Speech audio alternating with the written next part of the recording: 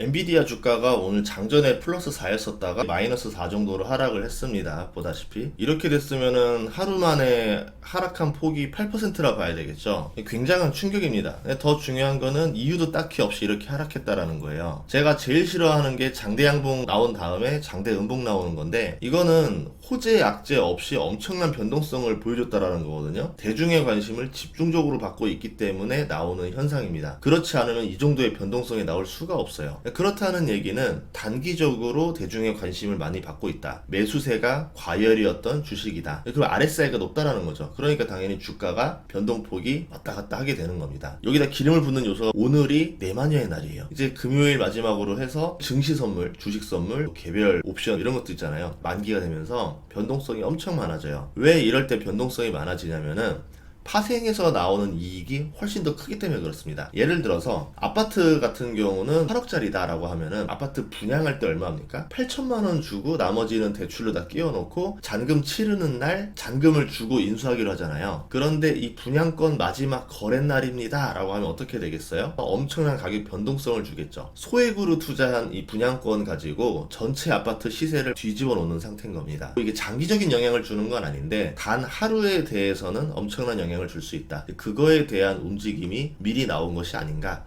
이렇게 볼 수 있을 것 같아요. 기업의 실적이나 전망과는 다르게 움직이는 게 오늘까지기 때문에 다음 주부터는 어떻게 진행되겠다라고 예상할 수는 없어요. 다만 어쨌든 오늘까지는 엄청난 변동성이 나올 가능성이 있다라고 생각해 보는 게 좋을 것 같습니다. 특히 엔비디아 주가가 최근에 많이 올랐는데, 예를 들어서 엔비디아 가격을 더 높게 옵션으로 책정한 세력들은 여기서 더 많은 이익을 얻기 위해서 주가를 올리고 싶겠죠. 반대로 여기서 좀 낮추고 싶은 세력들은 주식을 밀어가지고 옵션에 이익을 보려고 할 겁니다. 이때 어떻게 싸우냐면은 줄다리기처럼 싸워요. 팽팽한 모습 보여주다가 어느 순간에 한쪽으로 휙 밀려가거든요. 그러니까 엄청난 변동성이 나오는 거죠. 플러스 마이너스 이러다가 마이너스로 쭉 밀린다던가 플러스로 쫙 밀린다던가 이런 모습이 나올 가능성이 있다. 정상적인 거래는 다음 주나 돼봐야 이제 내재 가치에 따라서 다시 움직이지 않을까. 이거를 기저에 두고 엔비디아 RSI 지표를 보면은 최근 주가가 상승하면서 과열 징후도 커졌다라고 볼 수 있습니다. 보통 이게 70이 넘으면 과매수 구간이라고 하는데 14일 RSI 지표를 보면은 81이 넘었어요. 주가가 오를 거라 생각하고 묻지마 투자하는 사람이 많았다는 겁니다. RSI가 80 넘는 일이 흔한 건 아니거든요. 그러니까 이거를 넘기면은 일반적으로 실적에 상관없이 단기 조정을 만날 수가 있어요. 왜냐하면 대중의 관심이 잔뜩 집중돼서 주가가 오르는 게 일시적으로는 가능하지만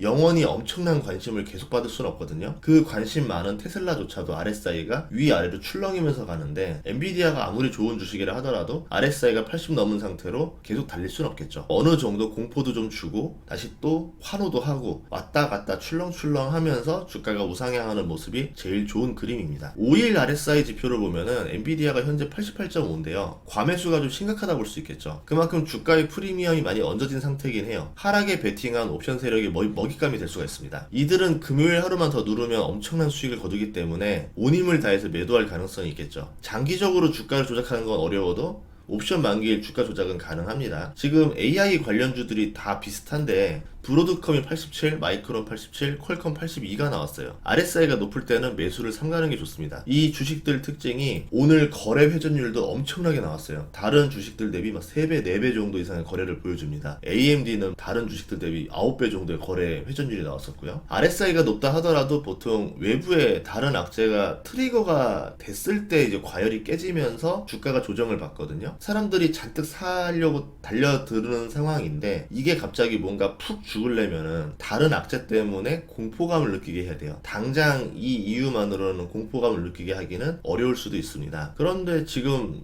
외부 지표 중에 하나 이상한 게 있어요. 금리가 계속 내리는 추세였죠. 근데 달러 인덱스가 올라가기 시작합니다. 채권 가격이 올라가면서 달러 가치가 같이 올라간다? 이게 조금 이상하거든요. 그리고 금리가 내리면 비트코인도 올라가야 되는데 비트코인 자체가 지금 내리고 있습니다. 안 맞는 거죠. 이 세 가지가 뭔가 일치하지 않게 돌아가고 있다. 그러면 어떤 다른 이유가 있기는 있겠구나 라고 예상해 볼 수가 있어요. 이게 뉴스가 나오기 전에 먼저 예상해 보는 거는 좋은 거잖아요. 그래서 나름대로 좀 가설을 하나 세워보자면은 미국의 재정 적자 문제가 좀 심각합니다. 4개월 만에 정부 적자가 553조로가 불어났고요. 올해 1조 2천억 달러에서 1조 9천억 달러로 적자가 늘어날 거로 보고 있습니다. 미 재무부가 적자를 내려면 국채를 발행해서 외부에서 돈을 빌려와야 되는데 국채를 많이 발행하게 되면은 국채 가격이 떨어지면서 국채 금리가 올라가겠죠. 그런데 지금 상황을 보면요. 국채 가격이 오르면서 국채 금리가 떨어집니다. 국채 수요가 커졌다 라고도 볼 수가 있겠죠. 아마 어딘가에서 미국 국채를 사줄 곳이 생겼다 라고 보던가. 근데 뉴스에서는 그런 기미가 보이지 않았어요. 반대로 생각해 볼게요. 공급이 줄면은 국채 가격이 올라갑니다. 공급이 주니까 재정 적자가 축소가 될 거다라 보고 재정 적자가 축소가 된다는 거는 달러의 가치가 상승할 수도 있겠구나 라고 볼 수도 있겠죠. 근데 아직까지 재정 적자를 줄이겠다라는 어떤 뉴스가 나온 건 없습니다. 그런 우려를 예상해 볼 수도 있겠죠. 앞으로 선거가 되고 나면 트럼프가 많이 공격을 할 겁니다. 민주당을 재정 적자를 통해서 돈 풀기를 한다. 그럼 인플레이션이 벌어지는 거 아니냐 이렇게 공격할 수도 있는데 이제 그런 것들에 대한 우려를 먼저 반영한 것도 예상해 볼 수가 있겠죠. 우선 증시가 AI 관련주 위주로 떨어졌기 때문에 이 뉴스 때문에 떨어졌다고 보기에는 꽤 어려울 것 같아요. 하지만 나중에 이게 트리거가 될 수도 있겠다라 봅니다. 이거는 계속 경고가 나왔던 건데 미국이 들어먹질 않았던 거죠. 너희 부채 너무 많아 라고 하는데 뭐 어쩌라고 이러면서 계속 돈을 풀었단 말이에요. 이제 그거에 대해서 경고 다음에는 어떤 액션이 나올 수도 있겠죠. 이제 선거가 지나고 나서 뭐 트럼프가 되면은 재정 적자를 줄일 가능성이 높아 보이고 바이든이 된다 하더라도 그 문제가 워낙 크기 때문에 재정을 더 풀기가 쉽지 않을 것이다 라고 생각해 볼 수 있습니다.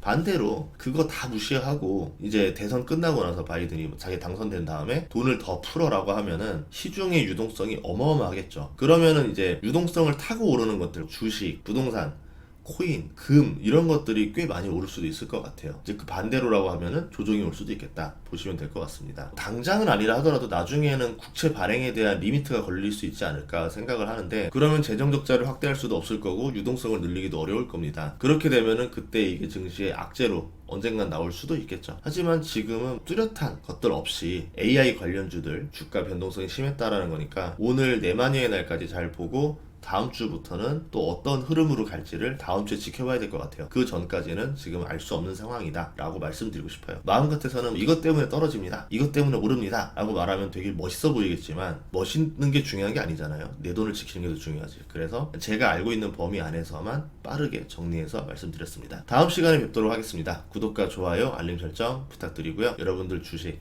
탄탄하게 하셔서 오래오래 부자 되셨으면 좋겠습니다. 다음 시간에 뵙겠습니다.